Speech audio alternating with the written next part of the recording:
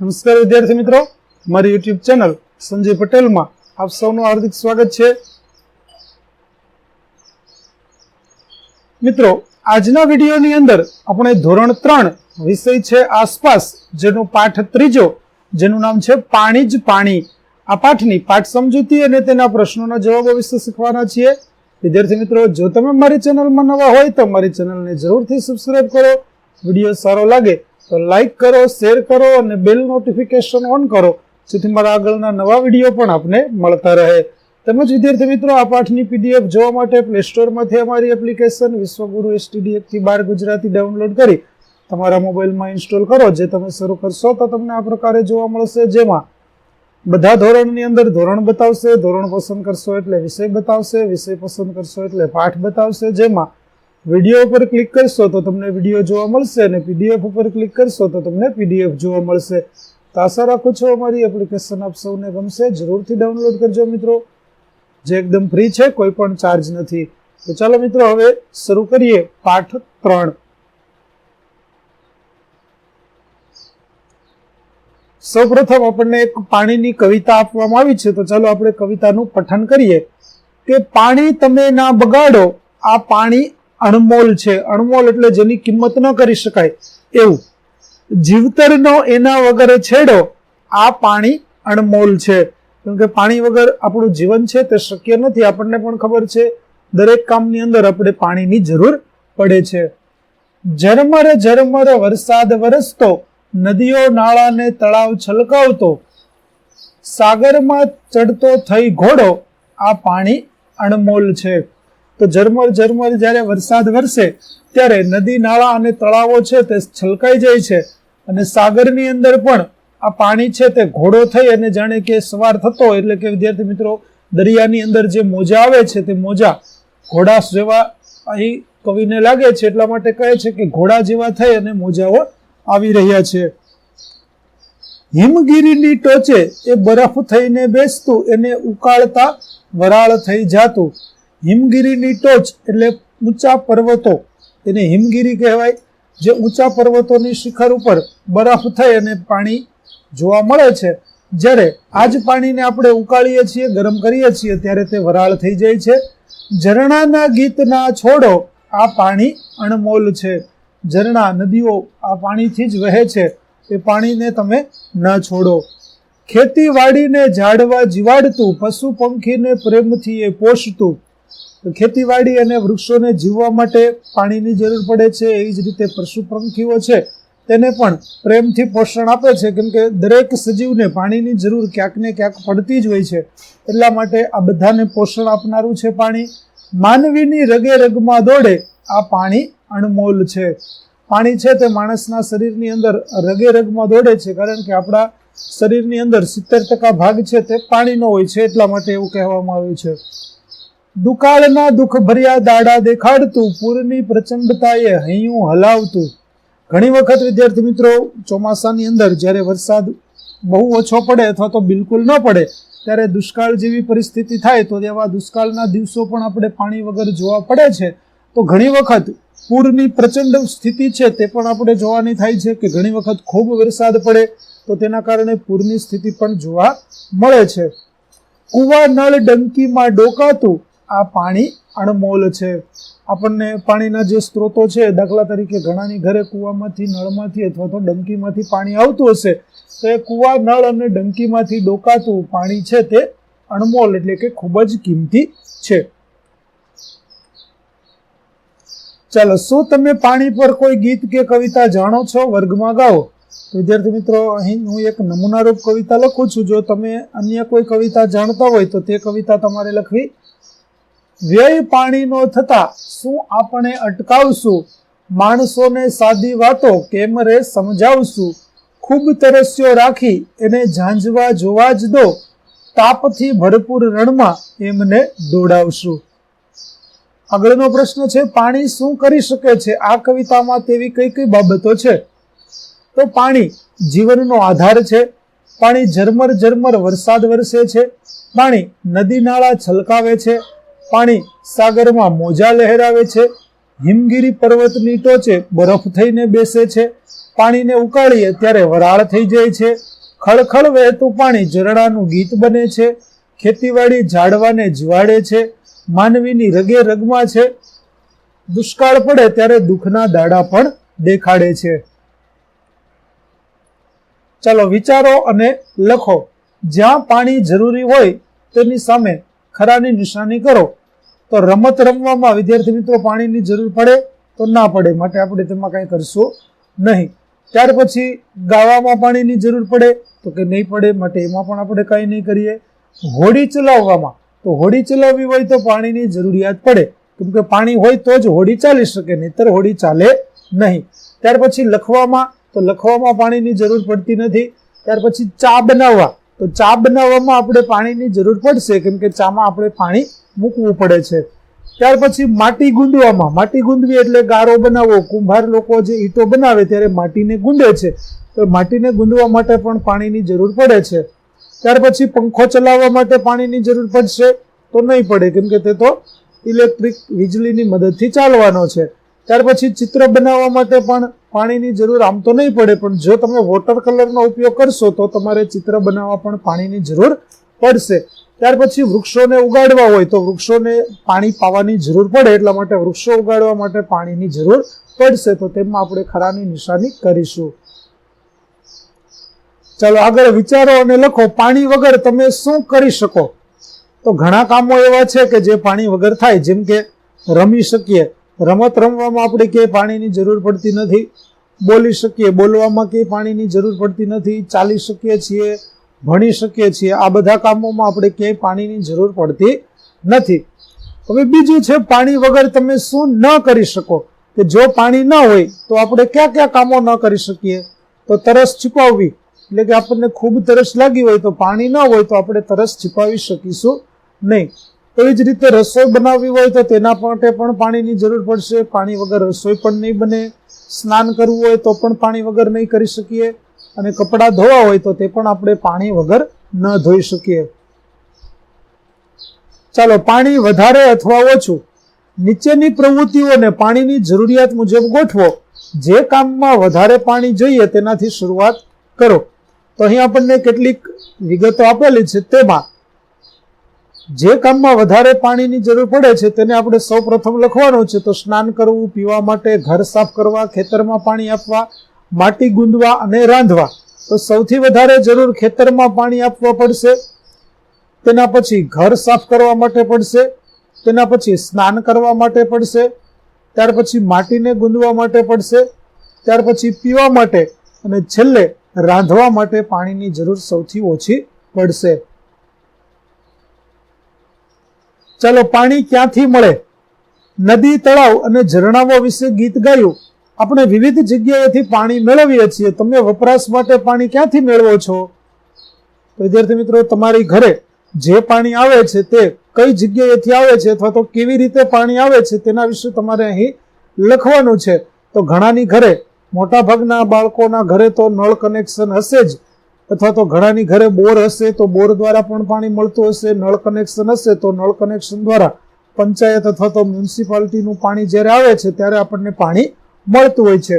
તો પાણી મેળવવા તમારા ઘર કે આજુબાજુ જે જગ્યા હોય તેના ઉપર ગોળ કરવાનું છે. તો અહીં મેં નમૂનારૂપ કરેલું છે કે તમારા ઘરની આજુબાજુ આવું આવું હોઈ શકે, જેમ કે કૂવો હોઈ શકે, ટ્યુબવેલ હોઈ શકે, હેન્ડપંપ હોઈ શકે, નદી હોઈ શકે, નળ હોઈ શકે, પાણીની ટાંકી પણ હોઈ શકે. આવું બધું છે તે આપણા ઘરની આજુબાજુમાં હોઈ શકે કે જ્યાંથી આપણે પાણી મેળવતા હોઈએ છીએ. ઘણાની ઘરની બાજુમાં તળાવ અથવા તો ઝરણું પણ હોઈ શકે, દરિયો પણ હોઈ શકે. ચાલો, વિચારો અને લખો. શું તમે જમીનમાંથી ગરમ પાણી બહાર આવતા જોયું છે? ક્યાં? વિદ્યાર્થી મિત્રો, ઘણી જગ્યાઓ એવી છે આપણા ગુજરાતની અંદર પણ કે જ્યાં જમીનમાંથી જ કુદરતી રીતે ગરમ પાણી બહાર આવે છે. જેમ કે અમે જ્યારે સૌરાષ્ટ્રના પ્રવાસે ગયા હતા ત્યારે તુલસીશ્યામ નામના સ્થળે ગરમ પાણીના કુંડ જોયા હતા. તુલસીશ્યામ જુનાગઢ જિલ્લામાં આવેલું છે કે જ્યાં કુદરતી રીતે જ ગરમ પાણી છે તેના કુંડ આવેલા છે. તમારા શહેરમાંથી કે ગામમાંથી કોઈ નદી પસાર થાય છે? જો હા, તો આ નદીનું નામ લખો. તો વિદ્યાર્થી મિત્રો, અહીં તમારા શહેરમાંથી જે નદી પસાર થતી હોય તે નદીનું તમારે નામ લખવાનું છે. અહીં મેં મારા શહેરમાંથી જે નદી પસાર થાય છે અથવા તો આવેલી છે તેનું નામ લખ્યું છે કે હા, મારા શહેરમાંથી નદી પસાર થાય છે તેનું નામ છે આજી નદી. તમે જાણતા હોય તેવી બીજી નદીઓના નામ લખો. તો વિદ્યાર્થી મિત્રો, ગુજરાતની અંદર તો ઘણી બધી નદીઓ આવેલી છે. ચાલો આપણે કેટલાક નામો લખીએ, જેમ કે નર્મદા, તાપી, મહીસાગર, બનાસ, સરસ્વતી, રૂપેણ, મેશ્વો, હાથમતી, વાત્રક, સેઢી, દમણગંગા, ભાદર, કનકાવતી, મચ્છુ, શેત્રુંજી વગેરે. તો આ તો આપણે થોડાક જ નામ લખ્યા. હજી ઘણી બધી એવી નદીઓ છે કે જે ગુજરાતની અંદર આવેલી છે. તો આ બધી નદીઓના નામ પણ તમે લખી શકો. ચલો વિચારો અને કહો, ઘરમાં તમે પીવાનું પાણી ક્યાંથી મેળવો છો? તો વિદ્યાર્થી મિત્રો, દરેકના ઘરે, મેં અગાઉ કહ્યું તેમ, મોટા ભાગના બાળકોના ઘરે તો પીવાનું પાણી છે તે નળ કનેક્શન દ્વારા આવતું હશે. તો ઘરમાં અમે પીવાનું પાણી ગ્રામ પંચાયતના નળ કનેક્શન વડે મેળવીએ છીએ. ચાલો, તમારે પાણી મેળવવા ક્યાં જવું પડે છે? તો અમારે પાણી મેળવવા ક્યાંય જવું પડતું નથી, પણ અમારા ઘરે ગ્રામ પંચાયત દ્વારા બનાવેલ ટાંકામાંથી સવાર અને સાંજ અડધો કલાક રોજ પાણી આપવામાં આવે છે. તો ઘણા બાળકોને ઘરે પાણી નહીં આવતું હોય તો કદાચ તેઓ નજીકમાં કોઈ હેન્ડપંપ અથવા તો ટ્યુબવેલ અથવા તો કોઈ કૂવો હોય તો ત્યાંથી પણ પાણી મેળવતા હશે. એવી જ રીતે પાણી લાવવા માટે કેટલો સમય લાગે છે? તો પાણી લાવવા માટે સમય લાગતો નથી, કેમ કે ગ્રામ પંચાયતના ટાંકામાંથી દરરોજ અડધો કલાક નળ દ્વારા પાણી મળી રહે છે. એટલા માટે અમારે ખાસ પાણી ભરવા માટે સમય બગાડવો પડતો નથી. ચલો, આપણે પાણીનો સંગ્રહ કરવાની જરૂર કેમ છે? તો પાણી સવાર સાંજ થોડા સમય માટે આવે અને આપણે દિવસમાં જુદા જુદા સમયે રોજિંદા કામો કરવાના હોય છે. આથી આપણે પાણીના સંગ્રહ કરવાની જરૂર પડે છે, કેમ કે સંગ્રહ ન કરીએ તો જ્યારે આપણે પાણીની જરૂરિયાત હોય ત્યારે આપણને પાણી મળતું નથી. એટલા માટે આપણે પાણીનો સંગ્રહ છે તે કરીને રાખવો જોઈએ, જેથી આપણે જ્યારે પાણીની જરૂરિયાત હોય ત્યારે પાણી મળી રહે. ત્યાર પછી તમારા ઘરમાં પાણીનો સંગ્રહ ક્યાં થાય છે? તો વિદ્યાર્થી મિત્રો, દરેકના ઘરે પાણીનો સંગ્રહ કરવા માટે જુદી જુદી વ્યવસ્થા હશે. તો અહીં મેં નમૂનારૂપ લખ્યું છે કે ભાઈ માટલામાં, ડોલ અને ટાંકામાં પાણીનો સંગ્રહ કરવામાં આવે છે, કે જ્યાં આપણે પાણીનો સંગ્રહ કરી શકીએ છીએ. ત્યાર પછી, શું તમારી અને પડોશીની પાણી લાવવાની જગ્યા જુદી જુદી છે? કેમ? તો મારી અને પડોશીની પાણી લાવવાની જગ્યાનું જુદી નથી, કેમ કે મારા ઘરે જે રીતે ગ્રામ પંચાયતે બનાવેલ ટાંકામાંથી નળ દ્વારા પાણી આવે છે એ જ રીતે આખા મહોલ્લામાં અથવા તો આખી શેરીમાં એ જ રીતે પાણી મળે છે. એટલે અમારે બધાને એક જ જગ્યાએથી પાણી મળી રહે છે. ચાલો, તમારા ઘરમાં પાણીનો સંગ્રહ કરવા વપરાતા વાસણોમાં રંગ પૂરો. વિદ્યાર્થી મિત્રો, અહીં મેં જે પાણીના વાસણોની અંદર પાણીનો સંગ્રહ કરવામાં આવતો હોય તેવા વાસણો ઉપર મેં રંગ પૂરેલો છે. તમે જોઈ શકો છો, ડોલ છે, પ્લાસ્ટિકનું કેન છે, માટલું છે, ઘડો છે. આ બધાની અંદર પાણી છે તે ભરવામાં આવતું હોય છે, સંગ્રહ કરવામાં આવતો હોય છે. ત્યાર પછી તમારી નોટબુકમાં બીજા પાત્રોના ચિત્રો દોરો. તમે ઘરમાં પાણી સંગ્રહ કરવા વાપરતા હોય તેવા પાત્રોના નામ પણ લખો. તો ઘરમાં પાણીનો સંગ્રહ છે તે માટલું, ડોલ, તગારું, નાની ટાંકી, મોટું તપેલું, કેન, જગ વગેરેની અંદર કરવામાં આવે છે. ચાલો, હવે ચિત્ર જુઓ. જો આપણે તેમાં પાણી ભરીએ તો, જે આગળના ચિત્રમાં આપણે પાત્રો જોયા તે બધા પાત્રોમાં જોઈએ તો સૌથી ઓછું પાણી સંગ્રહ શામાં થશે? તો લોટો છે તેમાં સૌથી ઓછા પાણીનો સંગ્રહ થશે. જ્યારે સૌથી વધારે પાણીનો સંગ્રહ શામાં થાય છે? તો ડોલ છે તેમાં સૌથી વધારે પાણીનો સંગ્રહ થઈ શકે, કેમ કે ડોલની અંદર અંદાજિત 20 લીટર જેટલું પાણી છે તે આપણે સંગ્રહી શકીએ. ત્યાર પછી કયા કયા પાત્રમાં સરખું પાણી ભરી શકાય છે? તો માટલી અને ઘડો તે લગભગ સરખું પાણી ભરી શકાય. અંદાજિત 10 લીટર જેટલું પાણી છે તે તેમાં તમે ભરી શકો છો. ચાલો, ચકુ વ્યાકુળ છે. રોચન અને ચકુને ખૂબ જ તરસ લાગી હતી. તેમના કાકાએ બંને કેરીનો બાફલો સ્ટીલના પ્યાલામાં આપ્યો, પરંતુ ચકુને બાફલો કાચના પ્યાલામાં પીવો હતો.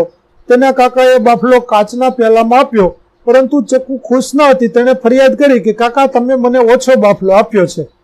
તો જુઓ, બંને ગ્લાસ છે તે તમને પેલા જોવા મળે છે અને બાજુમાં તે કાચના ગ્લાસમાં બદલાવીને આપ્યું તે પણ આપણને જોવા મળે છે. તો ચકુને એવું લાગે છે કે કાકાએ મને જે ગ્લાસ આપ્યો તેમાં મને ઓછો બાફલો મળ્યો છે.